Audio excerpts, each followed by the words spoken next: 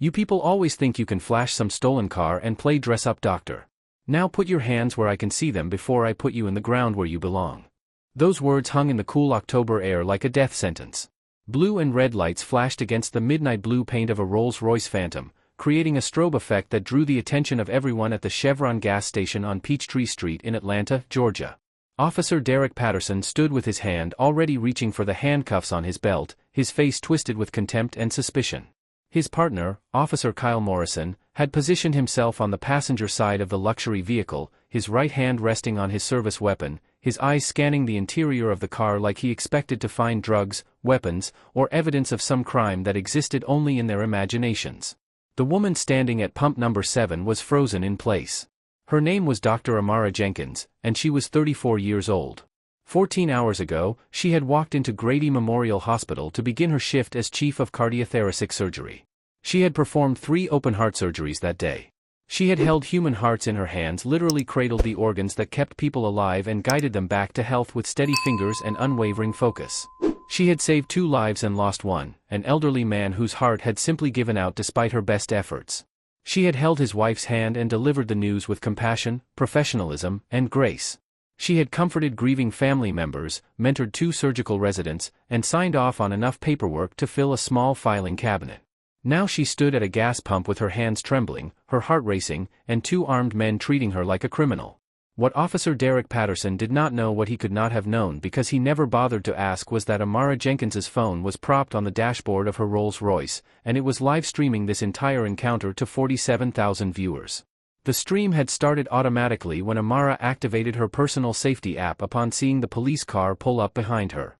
She had learned long ago that being a black woman in America meant always being prepared, always having documentation, always having witnesses. Her phone had become her insurance policy against moments exactly like this one. What Officer Derek Patterson also did not know was that Amara Jenkins was not just any surgeon. She was the daughter of Harold Jenkins, who had been appointed to the Georgia State Supreme Court just 3 months earlier. Her father was one of the most powerful judges in the state, a man whose rulings could reshape laws and whose connections extended into every corner of Georgia's legal system. But Amara had never relied on her father's name or position. Everything she had earned herself. The Rolls-Royce Phantom that Derek Patterson was so convinced must be stolen? Amara had purchased it with her own money, a gift to herself after finally paying off $400,000 in medical school debt. That car represented everything she had overcome. Growing up in the projects of Southwest Atlanta, watching her mother die from a treatable condition because they could not afford adequate health care, fighting through every barrier that America places before black women who dare to dream of becoming doctors, that car was her trophy, her proof that she had made it despite everything designed to stop her. Officer Derek Patterson's squad car had pulled into the gas station within 30 seconds of Amara parking at the pump. She had barely stepped out of her vehicle when the blue lights activated. There was no traffic violation. There was no suspicious behavior. There was only a black woman and an expensive car, and in Derek Patterson's mind, those 2 things could not possibly go together. His first words to her were not a greeting. They were an accusation. "Whose car is this?"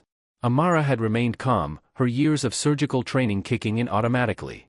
Surgeons learn to control their emotions, to maintain composure in the face of crisis, to think clearly when everything around them is chaos. She had applied that training to this moment, keeping her voice steady and respectful despite the fear that was already beginning to build in her chest. "Mine, officer. Is there a problem?" That was when Derek Patterson's demeanor shifted from suspicious to openly hostile. His eyes narrowed. His jaw tightened. His hand moved to his handcuffs. "Step out of the vehicle," he commanded. This vehicle was reported stolen. Amara's heart sank, but she maintained her composure. "Stolen? Officer, I have the registration right here in my purse. I can show you."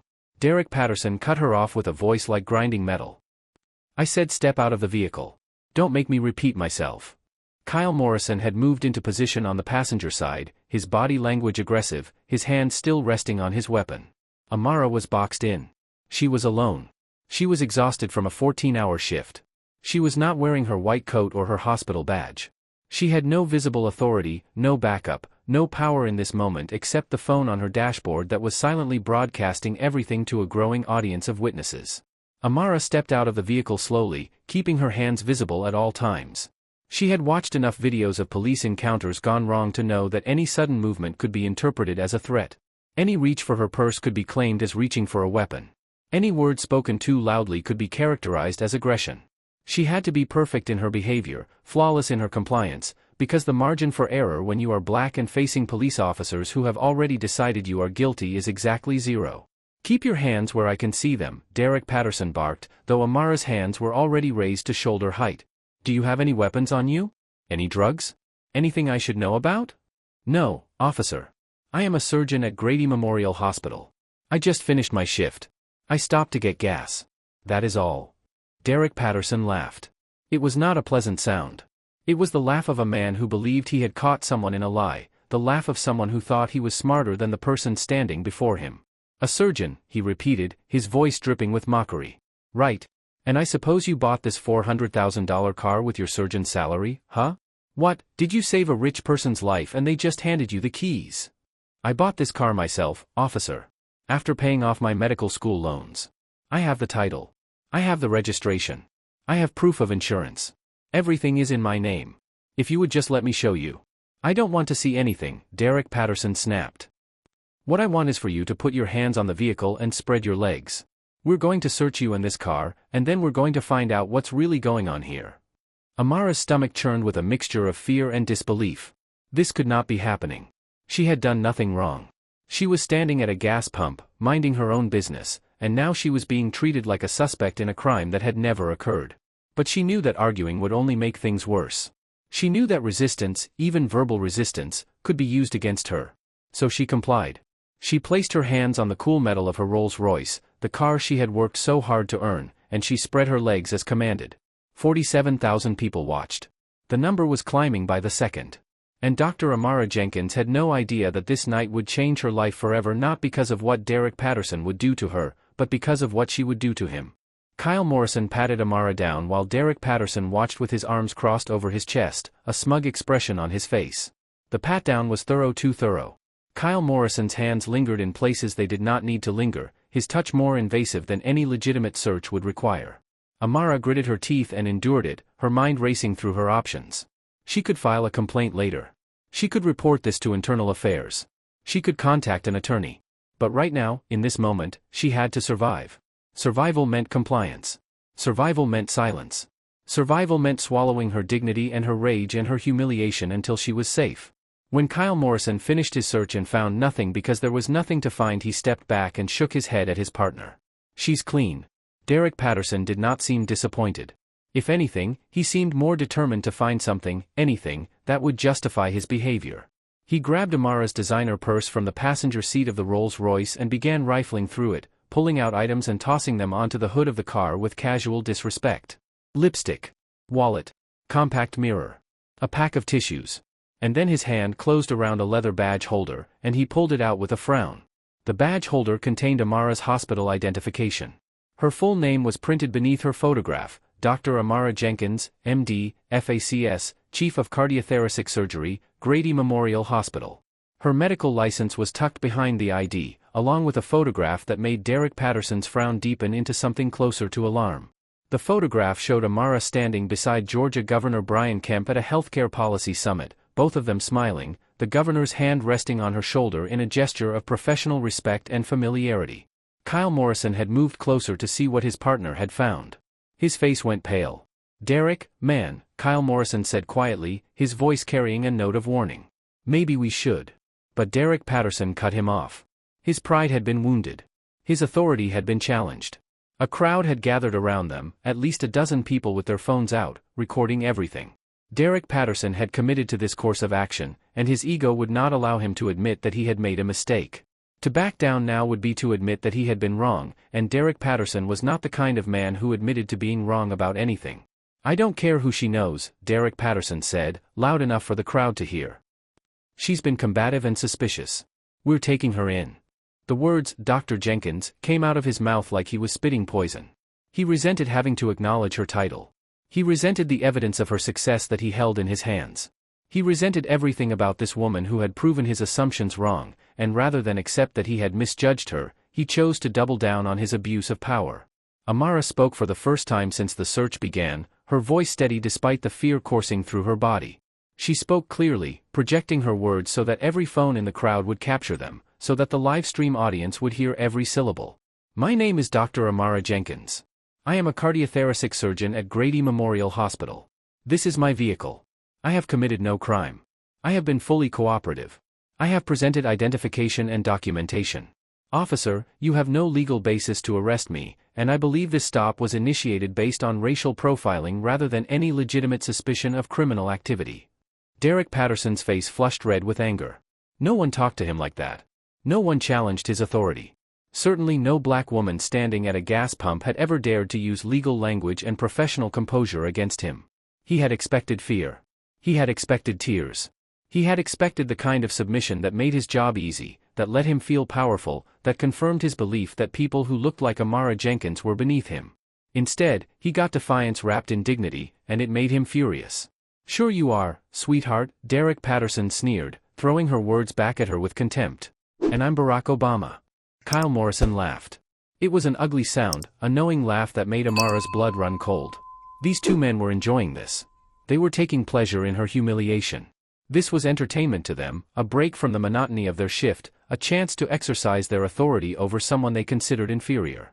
The door to the gas station convenience store opened, and a man emerged. His name was Vijay Patel, and he had owned this Chevron station for 15 years. He knew Dr. Amara Jenkins. She stopped here every week, sometimes twice a week, always polite, always friendly, always tipping generously when she bought coffee or snacks.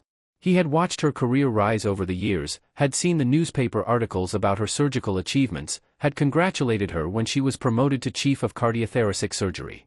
He knew exactly who she was, and he knew that whatever these officers thought they were doing, they were making a terrible mistake. Officers, Mr. Patel called out, his voice carrying a thick accent but clear authority. Dr. Jenkins comes here every week. I know her very well. There is no problem here. This is all a misunderstanding. Derek Patterson whirled on the gas station owner, his face contorted with rage at this interruption. Get back inside, Derek Patterson commanded, pointing at the convenience store door. Unless you want to be charged with obstruction of justice. This is police business. Stay out of it. Mr. Patel hesitated, clearly torn between his desire to help and his fear of the two armed men who now had their attention fixed on him. But as he retreated toward his store, his hand slipped into his pocket and pulled out his phone.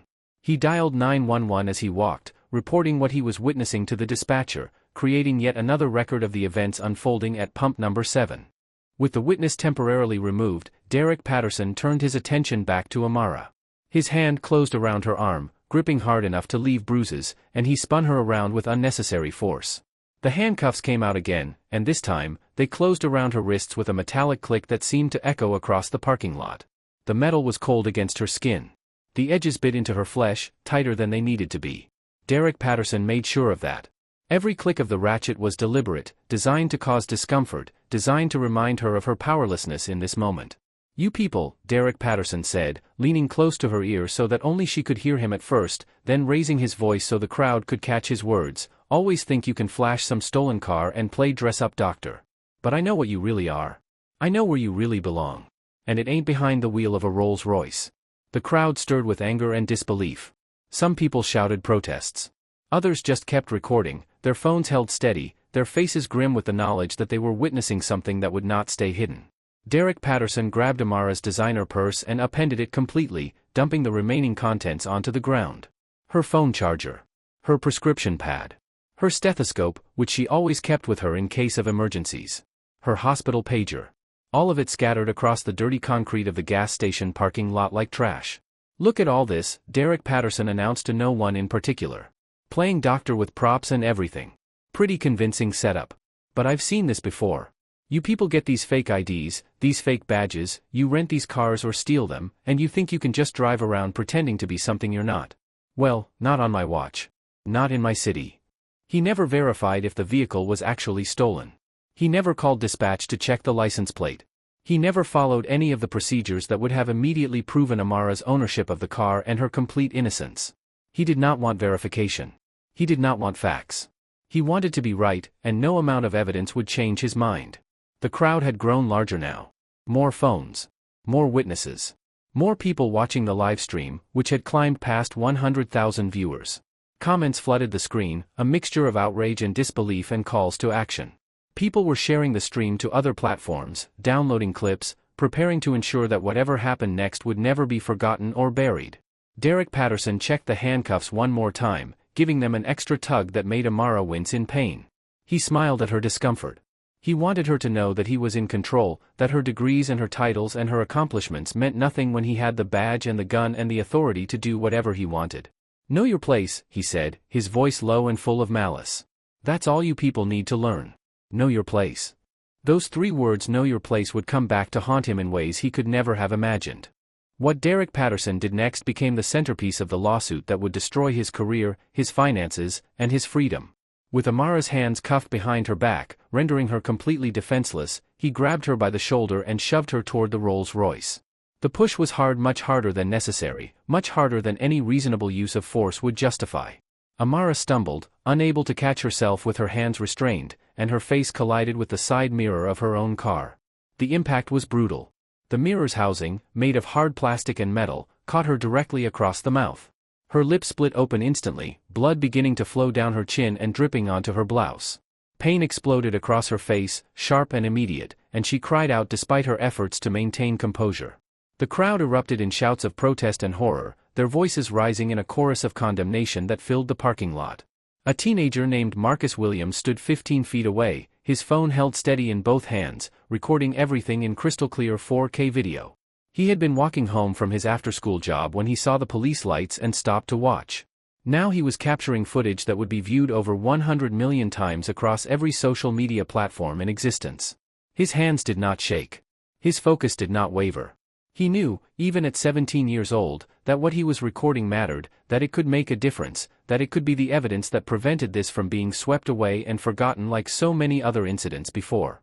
Blood dripped from Amara's split lip onto the hood of her Rolls-Royce, staining the midnight blue paint with drops of red.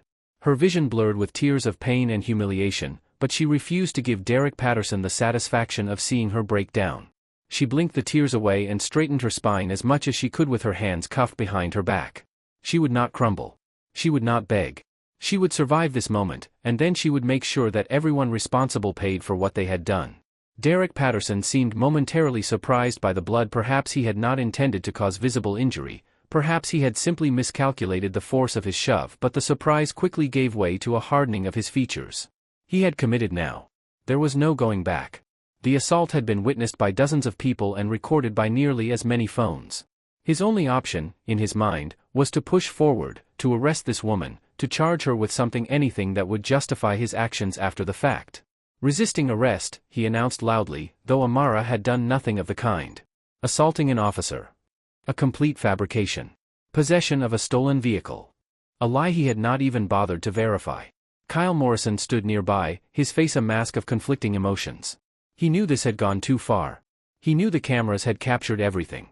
He knew that the blood on Amara's face would be impossible to explain away. But he also knew that contradicting his partner in public would end his career, would make him a pariah among other officers, would destroy the brotherhood that police culture demanded above all else. So he said nothing. He stood by and watched and did nothing to stop what was happening. That choice, the choice to remain silent, to be complicit, to prioritize his own comfort over justice, would cost Kyle Morrison everything in the months to come. The wail of sirens cut through the night, and a third police car pulled into the gas station parking lot. The vehicle belonged to Sergeant Linda Matthews, the shift supervisor for this precinct. She had not been dispatched to this location through normal channels. She had come because she, like thousands of others, had been watching the live stream. One of her officers at the precinct had called her attention to it, and she had watched in growing horror as 2 of her subordinates harassed, humiliated, and assaulted a woman who had committed no crime. Sergeant Matthews exited her vehicle with purpose in her stride.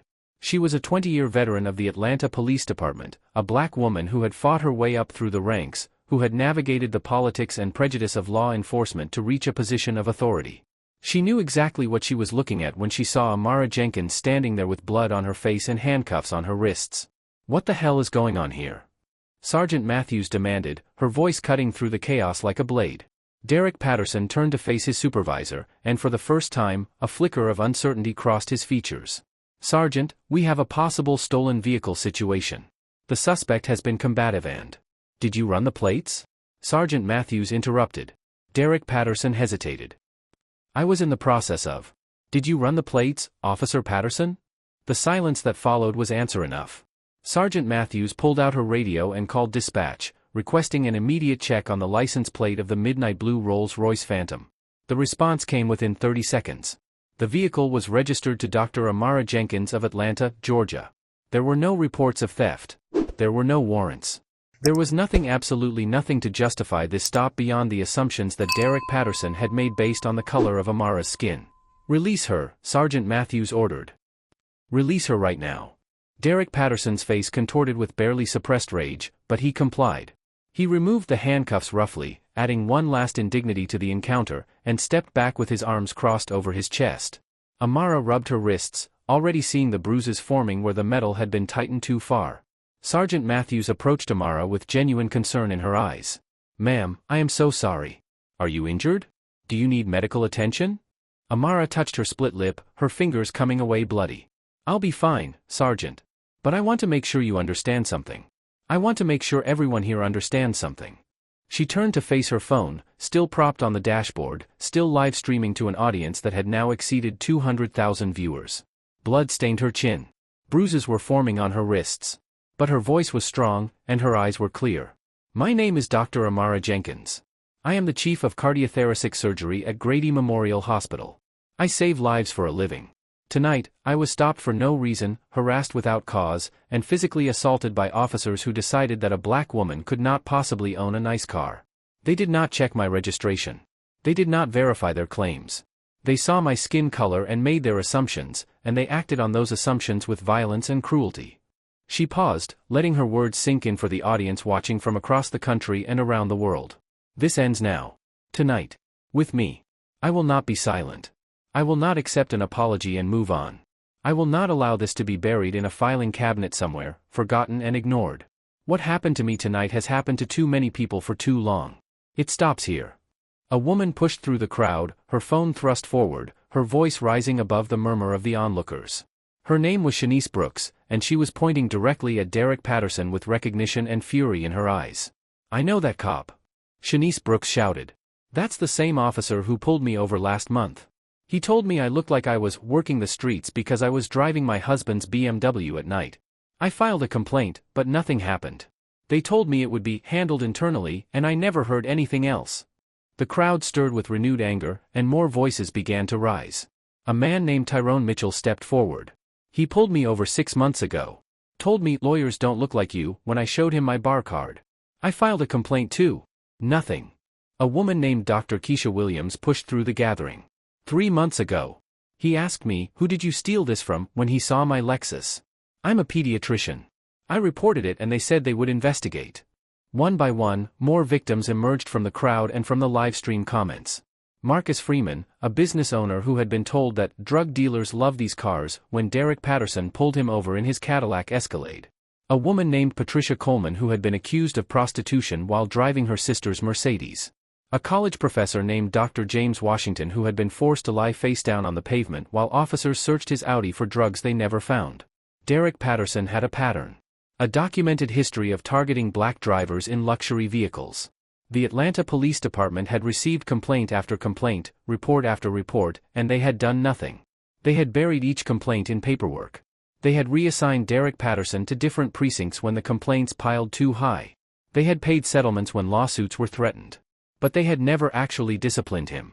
They had never held him accountable. They had protected him, shielded him, enabled him to continue his campaign of harassment and humiliation against black citizens who had committed no crime beyond being successful while black.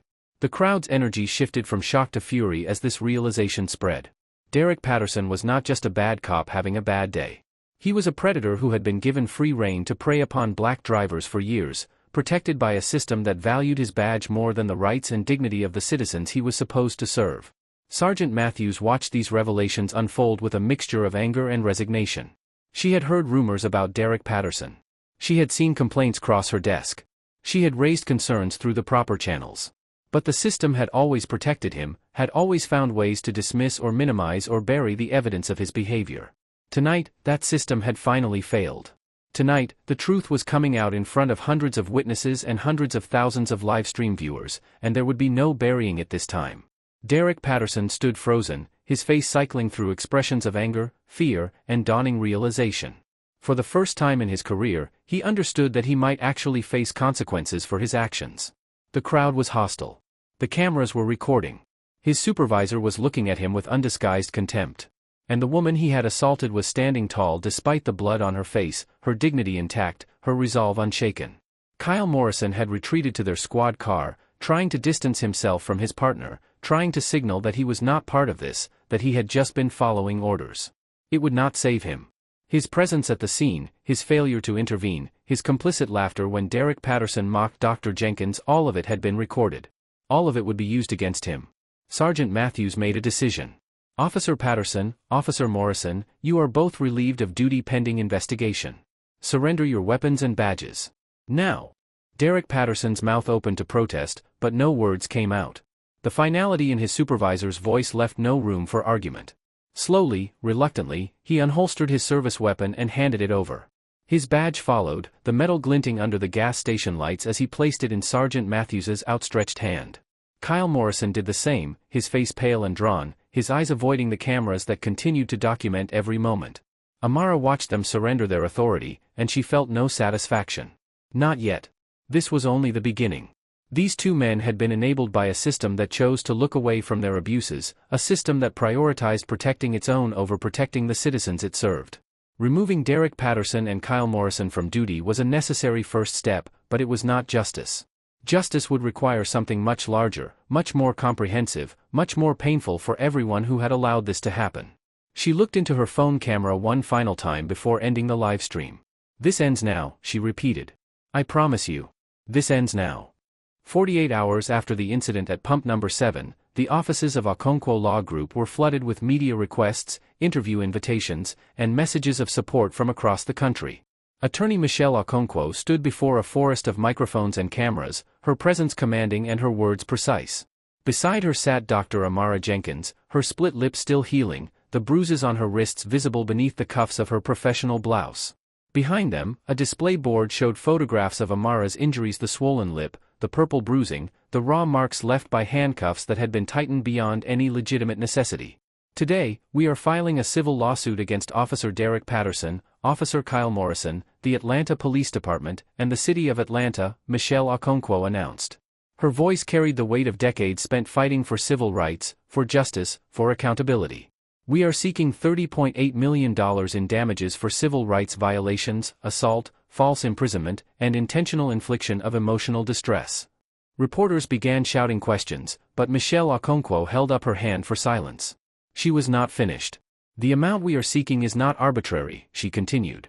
$30.8 million represents $1 million for each of the 38 formal complaints filed against Officer Derek Patterson over the course of his career.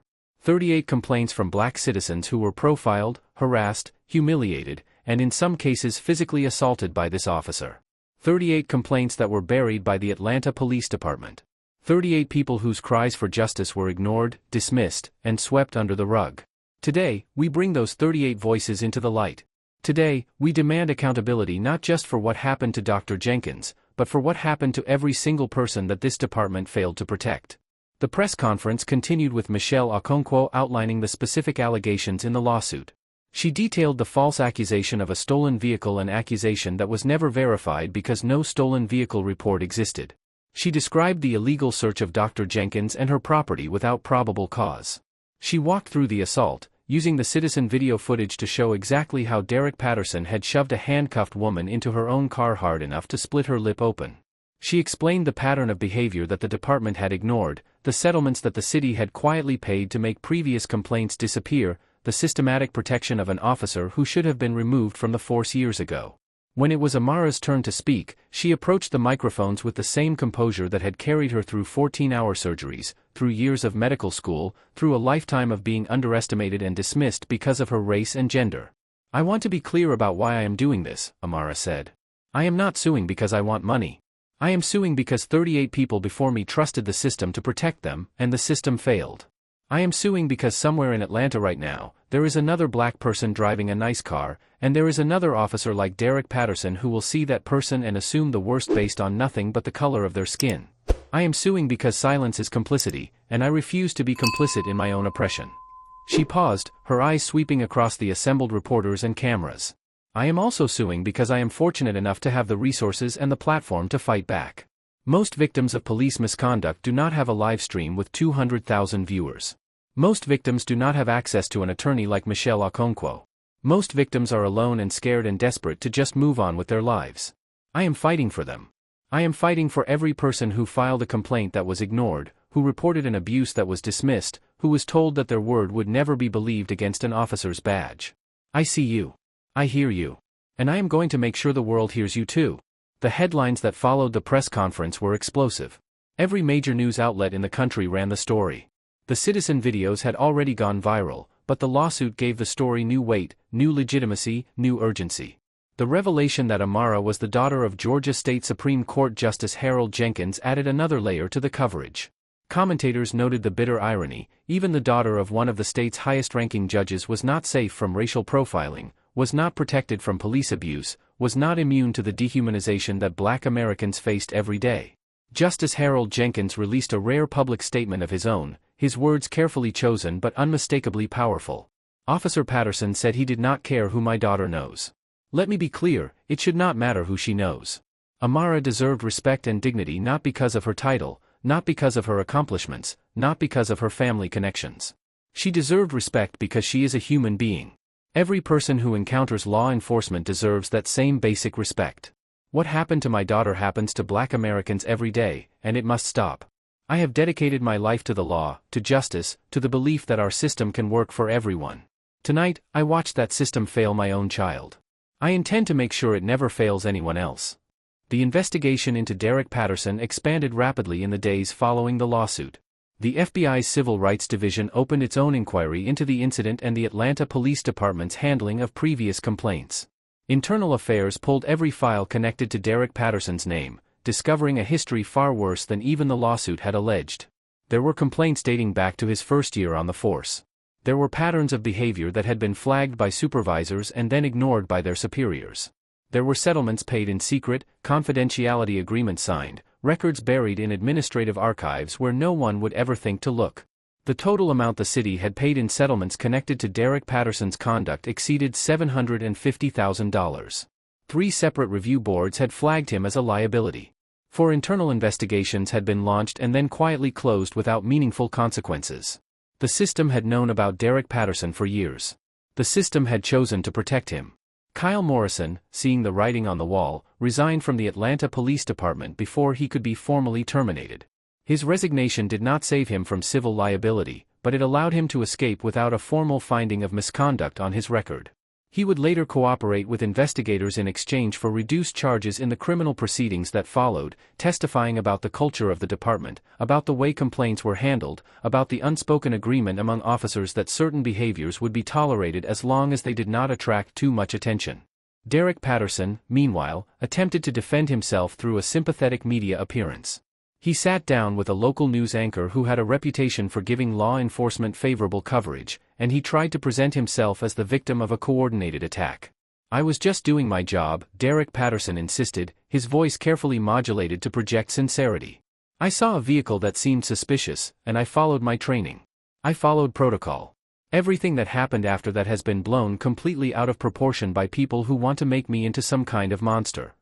The anchor asked about the assault, about the blood on Amara's face, about the bruises on her wrists. "That was an accident," Derek Patterson claimed. "She was resisting, and I had to restrain her. Sometimes things happen in the heat of the moment. I never intended to hurt her." The anchor asked about the 38 complaints. Derek Patterson's composure cracked slightly. "Those complaints are lies. Every single one of them. People file false complaints against police officers all the time because they're angry about getting tickets or getting arrested. It's part of the job. The fact that I had complaints doesn't mean I did anything wrong, it means I was doing my job in a tough community where people don't like the police."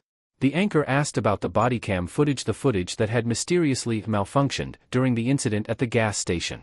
"Technical issues happen," Derek Patterson said, but his eyes shifted away from the camera as he spoke. "Equipment fails sometimes. That's just reality." The interview backfired spectacularly. Forensic experts who had been examining the body cam footage came forward within hours of the broadcast to announce their findings. The footage had not malfunctioned. It had been deliberately deleted. The timestamp data showed that the deletion had occurred several hours after the incident, when Derek Patterson would have had access to the equipment. Additional charges were added to the criminal investigation: obstruction of justice, tampering with evidence, destruction of public records. The city's legal team, recognizing the magnitude of the liability they faced, began exploring settlement options. But Amara and Michelle Okonkwo made it clear that they were not interested in a quiet settlement. They wanted a public trial. They wanted the evidence presented in open court. They wanted the world to see exactly what had been allowed to happen under the protection of police badges and institutional silence. The trial date was set for 6 months after the incident. In the meantime, the cultural impact of the case continued to grow. Protests were organized outside the Atlanta Police Department headquarters, demanding systemic reforms and accountability. The hashtag Justice for Amara trended for weeks. Other victims of Derek Patterson's abuse came forward, adding their stories to the public record, building a case that went far beyond one night at a gas station. The case had become bigger than Amara. It had become a referendum on policing in America, on the treatment of black citizens by law enforcement, on the systems that protected abusers while silencing their victims. And as the trial date approached, the country waited to see whether justice would finally be served. The courtroom was packed beyond capacity on the first day of the trial. Cameras lined the walls, their red recording lights glowing like watchful eyes. Reporters filled the press gallery, their notebooks open and their phones silenced. Behind the plaintiff's table sat Dr. Amara Jenkins, flanked by Michelle Okonkwo and her team of attorneys. Behind them, Justice Harold Jenkins sat with quiet dignity, his presence a reminder of just how far this case had reached into the halls of power. Behind the defense table sat Derek Patterson, alone except for the public defender who had been assigned to his case after every private firm in the city declined to represent him. The trial lasted 3 weeks. 3 weeks of testimony, evidence, and revelations that laid bare the full extent of Derek Patterson's misconduct and the system that had enabled it. The prosecution called witness after witness, victim after victim. Shanice Brooks took the stand and described being called a prostitute for driving her husband's car at night. Tyrone Mitchell testified about being told that lawyers did not look like him. Dr. Keisha Williams recounted the humiliation of being accused of theft while driving to her own medical practice. Marcus Freeman described being forced to lie on the ground while officers searched his Escalade for drugs that did not exist. 14 other witnesses added their stories to the record, painting a picture of systematic harassment that had continued for years without consequence. Mr. Patel, the gas station owner, testified about what he had witnessed that night. His voice broke as he described watching Dr. Jenkins being shoved into her own car, watching her blood drip onto the pavement, watching 2 officers treat a respected member of his community like a criminal for no reason except the color of her skin. His 911 call was played for the jury, his desperate plea for help echoing through the silent courtroom. Marcus Williams, the teenager who had recorded the assault in 4K video, testified about what he had seen. His footage was played in full, every frame analyzed, every moment of violence documented for the jury to witness. There was no ambiguity in the video. There was no room for interpretation. Derek Patterson had shoved a handcuffed woman hard enough to split her lip open, and the world could see it clearly. Sergeant Linda Matthews testified about the department's history with Derek Patterson. She described the complaints that had been filed, the warnings that had been issued, the pattern of behavior that everyone knew about but no one addressed. Her testimony was damning not just for Derek Patterson, but for the institution that had allowed him to continue serving despite overwhelming evidence that he was unfit to wear a badge. The recovered bodycam footage was presented as evidence. Forensic experts testified about how the deletion had been attempted and how they had recovered the data. The footage showed Derek Patterson's face as he harassed Dr. Jenkins, his voice dripping with contempt, his actions deliberate and malicious. It showed Kyle Morrison standing by and doing nothing, his laughter audible in the background. It showed the moment of the assault from Derek Patterson's own perspective, captured by the camera he thought he had silenced. When it was time for Derek Patterson to take the stand in his own defense, his public defender advised against it. But Derek Patterson's ego would not allow him to remain silent. He insisted on testifying, convinced that he could talk his way out of the consequences he faced, convinced that his version of events would somehow override the overwhelming evidence against him. Michelle Okonkwo cross-examined him with surgical precision. "Officer Patterson, you told Dr. Jenkins, and I quote, 'You people always think you can flash some stolen car and play dress-up doctor.' Can you explain what you meant by 'you people'?" Derek Patterson shifted in his seat, his confidence visibly shaken. "I meant, suspicious individuals. People who might be engaged in criminal activity." "Suspicious individuals," Michelle Okonkwo repeated, letting the words hang in the air. "And what made Dr. Jenkins suspicious, Officer Patterson? What specific behavior did she exhibit that led you to believe she was engaged in criminal activity?" "The vehicle. It was a very expensive vehicle. And she was what, Officer Patterson? She was black? Is that what made her suspicious? A black woman driving an expensive car? No, that's not. I was following my training. I was following protocol. Your training instructed you to assume that black people cannot own expensive vehicles? Your protocol required you to accuse someone of theft without checking whether a theft had actually been reported. Derek Patterson had no answer. His silence spoke louder than any words could have. Let me ask you about another phrase you used that night, Michelle Okonkwo continued. You told Dr. Jenkins to know her place. What did you mean by that, Officer Patterson? What place were you referring to? Again, Derek Patterson had no answer. Again, his silence condemned him. The jury deliberated for less than 4 hours before returning with their verdict. On every count, civil rights violations, assault, false imprisonment, intentional infliction of emotional distress, they found Derek Patterson liable. The damages they awarded matched exactly what Michelle Okonkwo had requested, $30.8 million, $1 million for each of the 38 complaints that had been buried and ignored. The courtroom erupted in cheers and applause. Victims who had waited years for acknowledgement of their suffering embraced each other with tears streaming down their faces. Amara sat quietly, absorbing the magnitude of the moment, feeling the weight of what they had accomplished together. But the civil trial was only the beginning.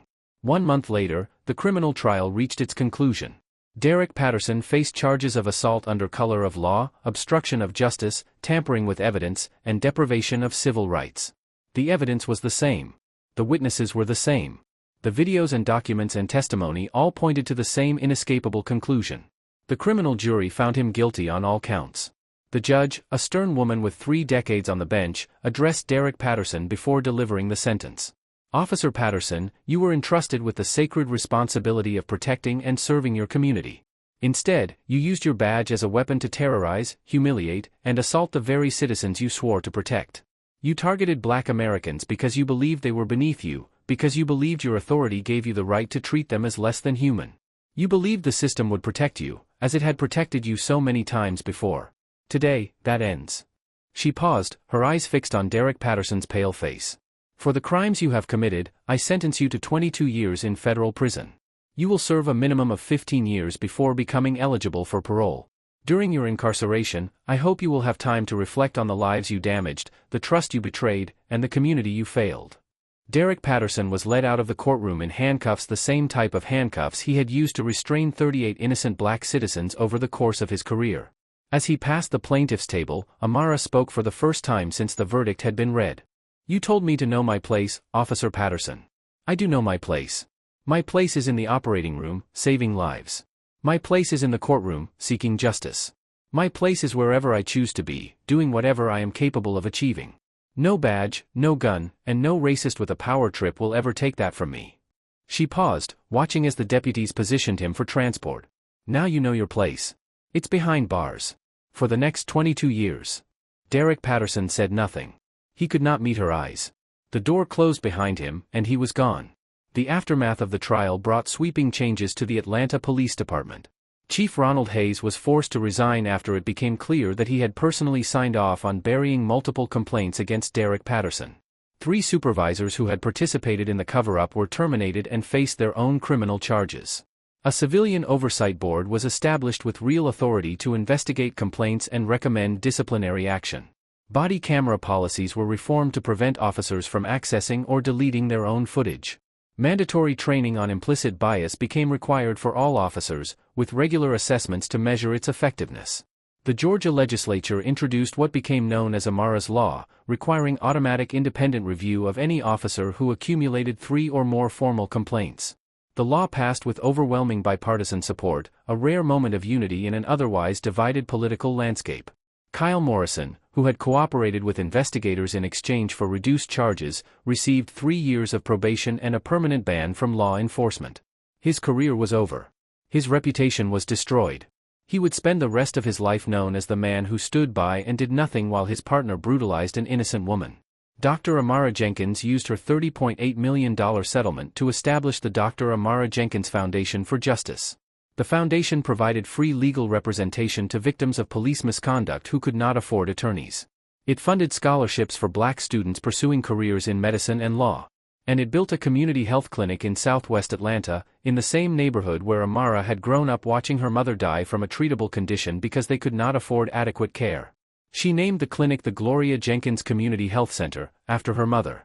On the day it opened, Amara stood before a crowd of community members, journalists, and supporters, and she spoke about why the fight for justice would never end. My mother died because she could not access the healthcare she needed. I became a doctor so that no one else would have to lose their mother the way I lost mine. But being a doctor was not enough. Because you can heal the body, but you cannot heal a system that is designed to break people down. You cannot operate on racism. You cannot surgically remove discrimination. Those require a different kind of treatment. They require accountability. They require visibility. They require people who are willing to stand up and say, "This ends now." She looked out at the faces before her, faces of every color, every age, every background, and she smiled. This clinic is my mother's legacy. But the real legacy is what we do with the power we have, however much or little that may be. We speak truth. We demand justice. We protect each other. We refuse to be silenced, and we refuse to let anyone tell us to know our place. Our place is wherever we have earned the right to be. Our place is wherever we choose to stand. And we stand together. The crowd erupted in applause, and Amara felt, for the first time since that night at pump number 7, something like peace. Justice had been served. The system had been held accountable. And the 38 voices that had been silenced for so long had finally been heard. But the work was not over. It would never be over. Because somewhere in America, at this very moment, another Derek Patterson was pulling over another black driver, making another assumption based on nothing but skin color, preparing to abuse his power in ways both large and small. The fight continued. The vigilance remained necessary. The cameras kept recording. And for every person who faced that injustice, there was now hope. Hope that their story would matter. Hope that their voice would be heard. Hope that the system could be changed, one lawsuit at a time, one verdict at a time, one life at a time. What goes around comes around. The universe has a way of balancing the scales. And sometimes, justice does not knock politely at the door. Sometimes, justice kicks the door down. Now I want to hear from you. What part of this story made you the angriest? Was it the assault at the gas station? The 38 buried complaints? Or was it Derek Patterson's arrogance, his absolute certainty that he would never face consequences for his actions? Drop a comment below and tell me, what would you have done in Dr. Amara Jenkins's position? Would you have stayed as calm as she did? Would you have been able to maintain your composure while facing that kind of abuse? And here is a question that might start a debate. Do you think 22 years was enough? Some say he deserved more. Some say the real criminals are the supervisors who protected him for years. What do you think? If this story moved you, if it made you feel something, if it reminded you why justice matters, hit that subscribe button and turn on notifications. Because this channel is not just about entertainment. It is about accountability. It is about karma. It is about making sure stories like Dr. Amara Jenkins's are never forgotten and never repeated. Share this video with someone who needs to hear it. Share it with someone who has ever doubted that justice can prevail. Share it with someone who needs to know that their struggles are seen, their pain is valid, and their voice matters. New Black justice stories drop every week. Some will make you angry. Some will make you cry.